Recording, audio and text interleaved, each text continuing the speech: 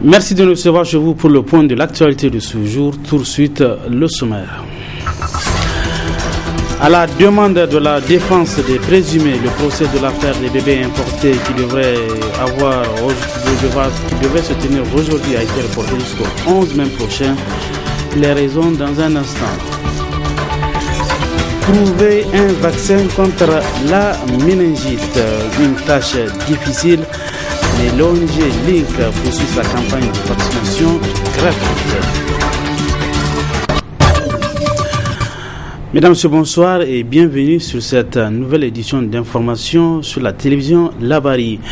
Direction d'Ifa, où au lendemain de l'attaque perpétrée par le groupe terroriste Boko Haram en fin de semaine dernière sur l'île de Karamga, les Nigériens attendent toujours des précisions sur cette attaque qui a coûté la vie à plusieurs éléments des forces de défense et de sécurité. Jusque-là, aucune information officielle. Mais voyons un peu comment la situation se présente sur place à Difa. Explication donc avec notre reporter sur place, Hassan Salim Moustapha. 2 jours après l'attaque de l'île de Karamga, située au sud-ouest de Bosso, à l'est de Difa, les habitants de Difa, particulièrement les familles des soldats qui viennent dans cette zone, attendent impatiemment de connaître le sort de leurs enfants. Une chose est sûre, dans cette attaque de Boko Haram, il y avait eu des morts. Combien? C'est la question que les Difalais se posent sans aucune réponse. Et selon une source militaire nigérienne qui était sur les rives du lac Tchad, jointe par Labari ce lundi, 48 corps de soldats nigériens ont été trouvés à Karamga. Hier dimanche, ce sont des blessés qui ont été évacués à l'hôpital de Difa. Le manque d'informations a fait place aux rumeurs dans les causeries à Difa, où certaines personnes avancent diversement des chiffres et fustigent également des déficits de communication autour de l'attaque de Karamga. Même les parents ne cachent pas leur inquiétude. Ce matin, j'étais à la grande famille d'un militaire qui aurait trouvé la mort à Karamga. L'arme aux yeux, le père du soldat remet tout à vue. Et les parents, amis et connaissances viennent pour présenter leurs condoléances. Il était en mission à Karamga près de 3 mois. Nous avons appris cette nouvelle hier nuit. Nous étions à l'hôpital de Difa pour vérifier. Maintenant, je repasse sur la liste exploitée. Nous avons tiré la conclusion que notre frère est décédé, a indiqué Fatih Amadou, la grande sœur du soldat supposé mort.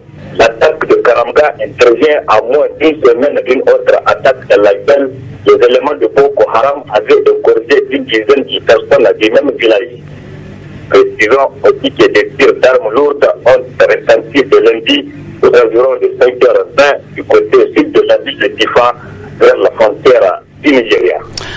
Merci bien Hassan Saleh Moustapha. À l'instar donc des populations de Difa, c'est l'ensemble des Nigériens qui s'interrogent sur le silence du gouvernement par rapport au bilan officiel de l'attaque de Karamga qui a coûté la vie à plusieurs éléments de nos forces de défense et de sécurité. À cette date, aucun bilan officiel n'a été annoncé par les autorités. Quelques Nigériens donc ont tenu à réagir par rapport à cette situation. On les écoute. Vraiment, normalement, ils devraient sortir et informer la population. Parce que beaucoup de familles savent qu'il y a des forces de leur famille qui étaient là-bas. Et maintenant, on les laisse dans le noir. Maintenant, on ne sait même pas qui sont les militaires qui ont succombé à cette attaque. On les voit, ils sont plus préoccupés par des questions purement politiciennes que par l'essentiel de ceux qui sous-tendent même la vie de la nation. Donc voilà, je pense que cela est un fait que les citoyens doivent en tirer les conséquences pour comprendre que vraiment avec de tels responsables, nous n'avons rien à espérer quant à tout ce qui pourrait paraître vraiment une prise en compte et en charge réelle de ce qui est véritablement le destin des pauvres citoyens. Le peuple a besoin d'une situation du jour au temps réel par rapport aux événements qui se passent.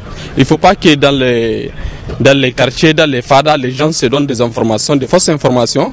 Par exemple, je peux dire que c'est 1000 personnes qui sont mortes, peut-être c'est 2 personnes, c'est 3 personnes, mais l'information, la plus bref information claire, ça doit venir du gouvernement. C'est eux qui doivent nous informer, pas plutôt des gens dans les quartiers, ils nous donnent des fausses informations. Là, c'est comme si on est en train de ternir l'image du pays. L'État n'a qu'à venir pour faire sortir la lumière pour dire il y a eu combien de morts parmi nos militaires, combien de morts parmi les civils. C'est ça que nous attendons. À la une de l'actualité de ce jour, prévu aujourd'hui, le procès en appel de l'affaire de supposition d'enfants a été reporté au 11 mai prochain. La cour d'appel de Niamey a donc quelques jours encore pour dire si oui ou non le juge qui s'est déclaré incompétent de cette affaire a dit le droit. Suivons les explications dans ce compte rendu de Abdelrazak Idrissa. C'est à la demande de la défense des personnes présumées coupables de supposition d'enfants que les 3 juges de la cour d'appel de Niamey ont reporté le procès au 11 mai prochain. Raison invoquée, un nouvel avocat de nationalité française s'est joint à la défense et a souhaité avoir plus de temps pour connaître le dossier. En rappel, ce procès devait faire suite à un appel interjeté par le procureur de la République après la décision d'incompétence rendue en première instance par le juge du tribunal de grande instance hors classe de Niamey. Celui-ci justifiait sa décision par le fait qu'il fallait d'abord qu'un juge civil tranche sur la filiation des 10 enfants avant d'entamer une procédure pénale devant son cabinet. Ce procès est suivi aussi bien ici au Niger qu'à l'international. C'est ainsi que l'Union interparlementaire a envoyé un avocat pour le suivre. C'est un dossier qui tient à cœur l'Union interparlementaire en raison de la qualité de M. Ama à l'époque des faits, mais également pour un suivi de ce dossier. Et il s'agit pour l'Union, évidemment, de ne pas créer qu'il ne s'instaure pas un précédent en la matière. Vous savez, l'immunité parlementaire est extrêmement importante dans le cadre de la garantie des droits des parlementaires. Et donc, c'est un dossier qu'elle suit de près. Et c'est l'objet de ma mission. Cette affaire de supposition d'enfants implique une trentaine de personnes, dont l'ancien président de l'Assemblée nationale, Hama Amadou, dont l'une des épouses se serait acheté des bébés au Nigeria voisin. Qualifié de politique par les partisans de Hama Amadou pour l'écarter de la course à la présidentielle de 2016 par le camp du président de la République, cette affaire est à la base de l'exil forcé de Hama Amadou à Paris depuis bientôt 8 mois. C'est aussi en étant en exil qu'il a été déchu de sa fonction de président de l'Assemblée nationale du Niger. Dans une récente interview accordée à un journal français, il déclarait qu'aucun juge sérieux ne pourra trouver à redire après la décision rendue en première instance. Autre aspect de cette édition, l'ONG Link continue sa campagne de vaccination visant à contribuer à l'éradication de l'épidémie de méningite dans notre pays. Ce lundi, ce sont les élèves et le personnel de l'administration du complexe scolaire privé Mission de Banfandou 2 qui a bénéficié de cette campagne de vaccination. C'était en présence de nos reporters Michel Légy et Soumaïla Blaye. C'est à la demande de l'administration de cette école que l'ONG V-Link est partie mener cette séance de vaccination gratuite à la grande satisfaction des bénéficiaires. Ils ont rapidement répondu à notre appel pour vacciner les élèves. Nous en avons plusieurs, plus de 1000, et ils ont eu vraiment le courage de prendre en charge toutes ces vaccinations. Et nous saluons cette initiative en effet. Pour les responsables de l'ONG, il s'agit là d'une action qui s'inscrit dans la droite ligne des œuvres caritatives des missions et églises évangéliques par le biais de Link. Link, ça veut dire le lien.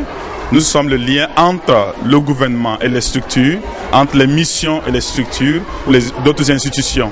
Et donc notre rôle, c'est de pouvoir apporter une aide significative à tout ce qui se passe sur le territoire national, pas seulement à Niamey. Ça veut dire quoi? Nous n'avons pas de projet propre à nous-mêmes. Nous travaillons dans le domaine de la nutrition, de l'éducation chrétienne, des forages, également des orphelinats. Donc nous avons déjà vacciné la plupart des orphelinats de la capitale et là nous sommes avec les écoles. Et là les gens nous font appel, ils font des demandes une semaine à l'avance, peut-être 10 jours à l'avance et nous recevons les demandes, on essaie de trouver la plupart des vaccins, le stock disponible et nous apportons notre contribution à la plupart de nos partenaires. Par la grâce de Dieu, nous avons Lazare que nous devrons visiter demain et les jours à venir. Nous avons déjà aussi intervenu au niveau de la commune 5, Kwarkano, etc. Et aussi on intervient à l'intérieur même jusqu'à Douti. Et donc on peut dire que notre mission, l'ONG Link, n'est pas sa première sortie. Et le problème, nous aimerions donner au maximum de l'aide possible.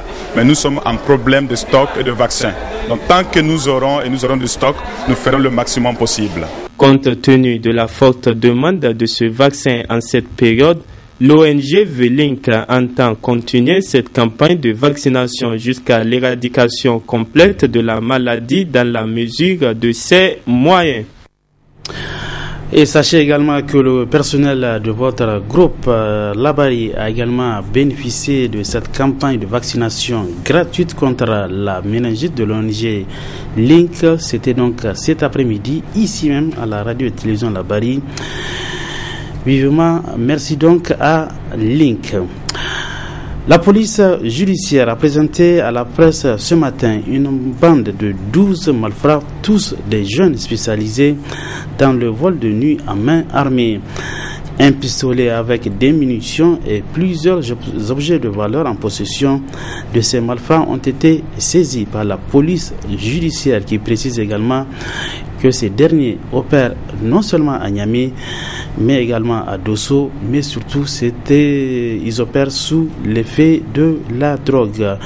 Le point de cette opération de la police judiciaire avec Souleymane Barma. Organisés en groupe de 6, ces malfrats, à l'aide de pistolets et armes blanches, ont semé des troubles à Dosso et Niamey, où ils ont réussi à cambrioler plusieurs habitations et des centres de commerce. Le jeudi 16 avril, c'est une station-service du quartier aéroport qui a été attaquée par cette bande aux environs de 2 heures du matin. Puis, quelques jours plus tard, c'est une station et 2 boutiques qui ont reçu la visite de ces malfrats. Fort heureusement, toutes ces 3 tentatives ont échoué. Dans toutes ces attaques précitées, ces bandits font usage de leurs armes pour forcer les victimes à leur remettre des numéraires et des biens de valeur, dont entre autres des ordinateurs et des téléphones portables à leur possession au moment où la police les a surpris. Il convient également de noter qu'une importante quantité de chanvre indien a été trouvée en possession de ces malfrats pour leur consommation. La police nationale invite une fois de plus la population à plus de coopération pour faire face aux problèmes sécuritaires. Ouverture ce matin dans la salle de réunion du LASDEL d'un atelier de formation des organisations de la société civile, membres des comités sectoriels du PDS. Une rencontre d'échange de 4 jours organisée par le PASOK 2 en partenariat avec l'Union européenne qui porte sur le thème technique de montage de projets. Le compte rendu de cette cérémonie avec Adam Soumana. La présente rencontre entre responsables du programme d'appui à la société civile phase 2 et ceux des organisations de la société civile nigérienne vise à renforcer les capacités de ces derniers en vue de les amener à participer à l'élaboration des politiques publiques et au suivi de leur mise en œuvre. À l'ouverture de ces assises, le président du comité de pilotage du dit programme n'a pas manqué de souligner les objectifs à elle assignés. L'objectif général du présent atelier et d'améliorer les capacités techniques des organisations de la société civile membres donc du comité PDS à participer à l'élaboration, à la mise en œuvre et au suivi, évaluation des politiques publiques.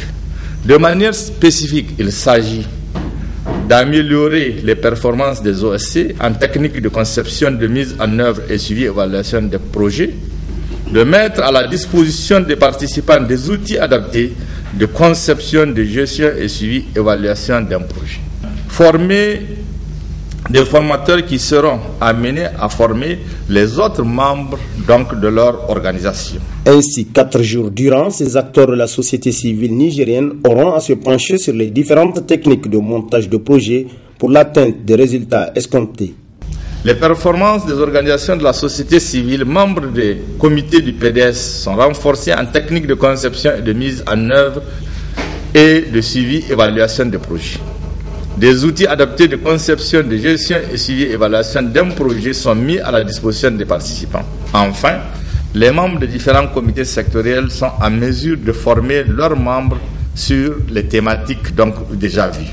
À l'issue de cette formation, ces responsables des organisations de la société civile, membres des comités sectoriels du programme de développement économique et social PDS, seront sans nul doute mieux outillés afin de jouer pleinement leur rôle de partenaire au développement à travers l'amélioration de l'efficacité des politiques de développement du gouvernement et de l'appui des partenaires techniques et financiers. L'actualité au plan politique, la zone 4 de Dar es Salaam du parti Lumana Africa de commune Niamey 2 a organisé hier après-midi un meeting qui a enregistré une présence massive des militants du parti. C'était également en présence des responsables de la coordination régionale Lumana de Niamey. Le point avec notre reporter Nasser Dantouf. C'est pour dire aux responsables régionaux du parti qu'ils sont là, mobilisés et déterminés, malgré les multiples déclarations de défection de leur rang, que les responsables de la coordination Lumana de la zone Dar es Salaam, dans le 2e arrondissement communal de Niamey, ont tenu ces meetings. À travers la rencontre de cet après-midi, nous voudrions juste faire taire les manœuvres d'intoxication que mène à grands frais le président de la République et son parti. Par ailleurs, le sentiment d'être victime de l'injustice de l'État nous a galvanisés et soudés plus que jamais.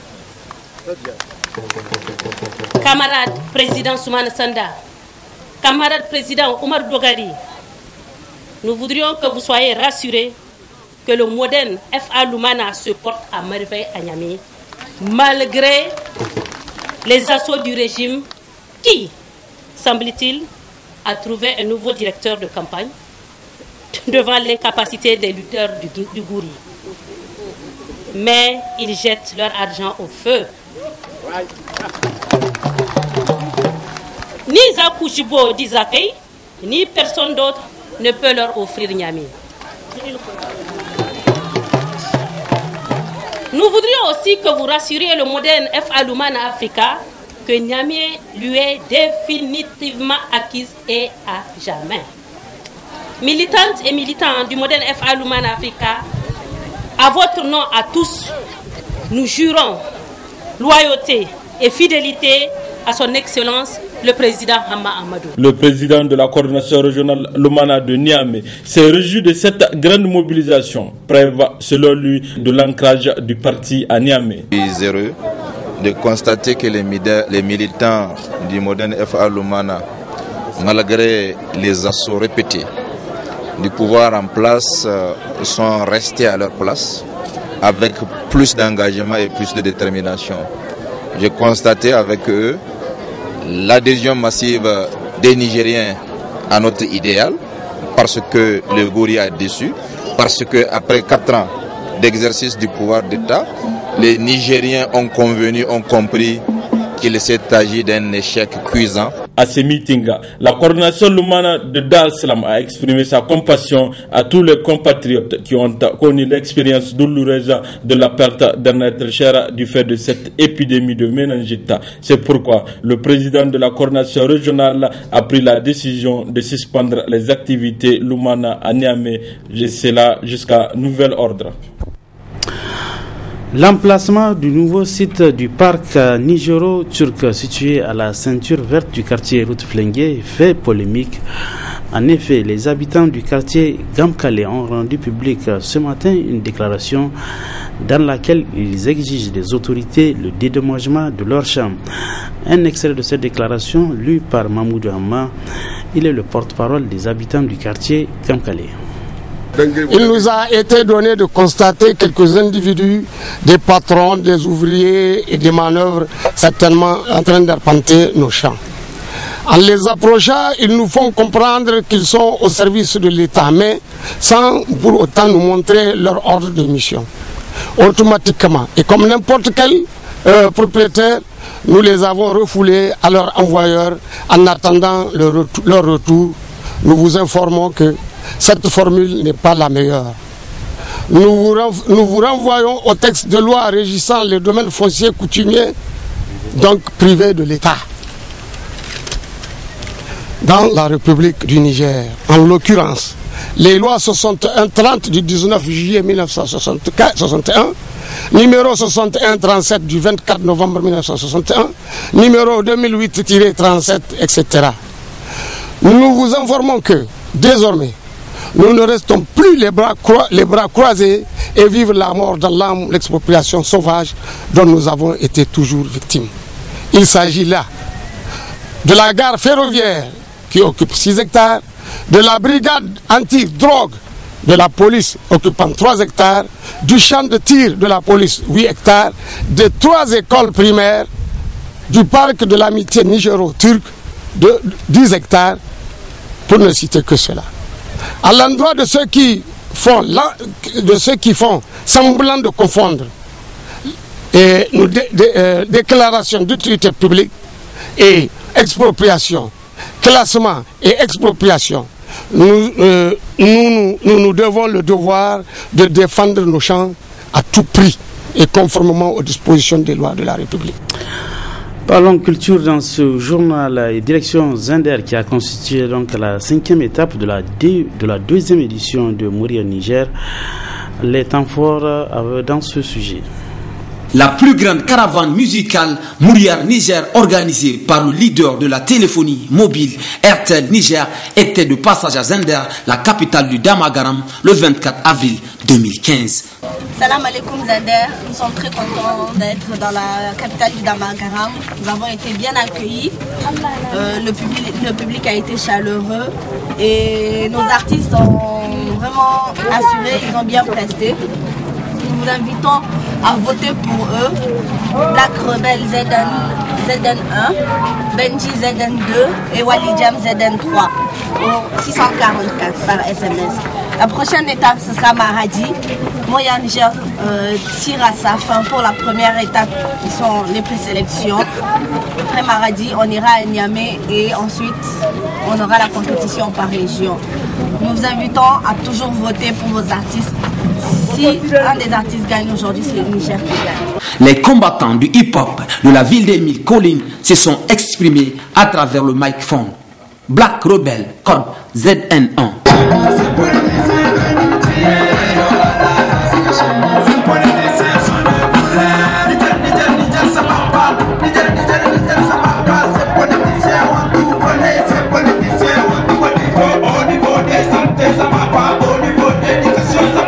Benji, code ZN2.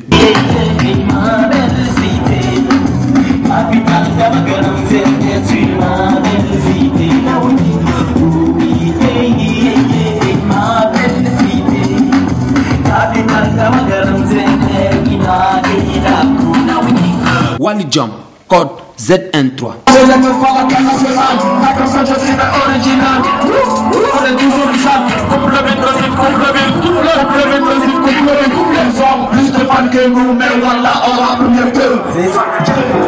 Assisté par les lauréats de la première édition, à savoir Moustine Jazzy.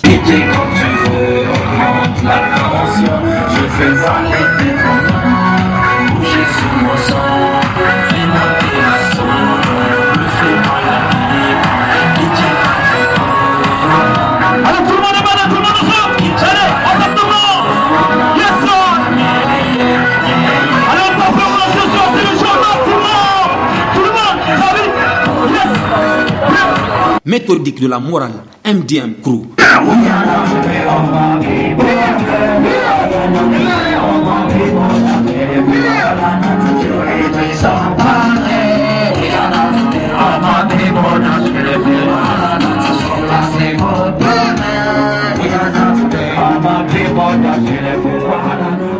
Le 27 avril à la MJC à partir de 17h30. Ne ratez pas, il y a beaucoup de surprises qui vous attendent.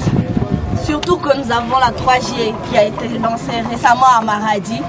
Donc, ne vous faites pas raconter. Les jeunes nous invitent à venir. Envoyez des photos à vos camarades par WhatsApp. Venez tenter l'expérience 3G aussi. Merci Azender. Maradi, on arrive. Fais de ton artiste préféré une star. Envoie son code par SMS au 644 ou tapez étoile 644 coût 10 francs par minute et 5 francs par SMS. Voter l'artiste nigérian, c'est apporter un plus à la culture nigérienne. Cap vers la capitale économique Maradi pour l'avant-dernière étape prévue pour le lundi 27 avril 2015 à la MJC. Airtel. L'Assemblée nationale a organisé ce matin une journée d'information parlementaire sur le VIH-Sida, la tuberculose, le paludisme et la méningite. Objectif, éclairer les élus nationaux sur la situation de chacune de ces 4 maladies au Niger. D'autres précisions dans ce compte rendu de Asman China. C'est une opportunité offerte aux parlementaires afin qu'ils soient éclairés sur le VIH-Sida, la tuberculose, le paludisme et la méningite, et par conséquent apporter leur appui à la conception et la mise en œuvre de stratégies pour lutter efficacement contre ces maladies. Plusieurs objectifs sont poursuivis. Contribuer à l'amélioration des connaissances des parlementaires et de leur assistance sur le VIH, le paludisme, la tuberculose, la méningite, ainsi que le mandat dévolu aux acteurs et partenaires impliqués dans le processus de la lutte de ces maladies.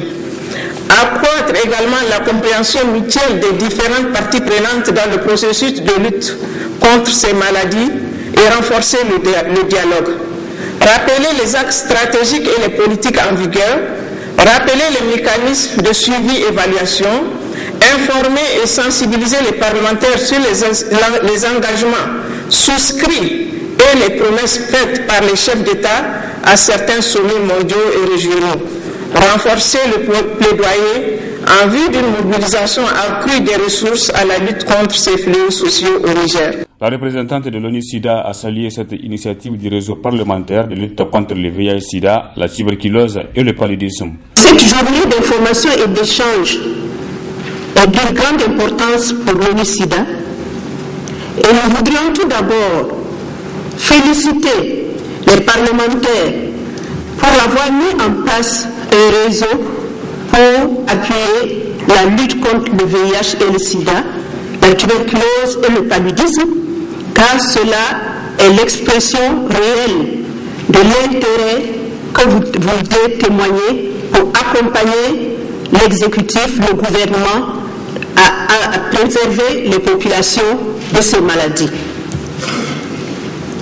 Notre présence est aussi pour accompagner, particulièrement puisque nous représentons l'ONU-SIDA, la coordination intersectorielle pour la lutte contre les IST, le VIH-Sida et le VIH-Sida, dans tous les efforts qui sont faits pour assurer la disponibilité des services en matière de prévention, de traitement et de soutien concernant le VIH et le SIDA. Le deuxième vice-président de l'Assemblée nationale a, en ouvrant les travaux de cette journée, insisté sur la qualité des résultats à atteindre. Vous allez faire un bilan.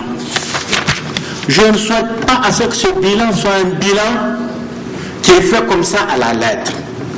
Il faut que ce soit un bilan qualitatif et que ce bilan puisse intégrer l'aspect spatial de l'exécution des actions concernant la lutte contre le VIH-Sida, le paludisme, la tuberculose et la méningite.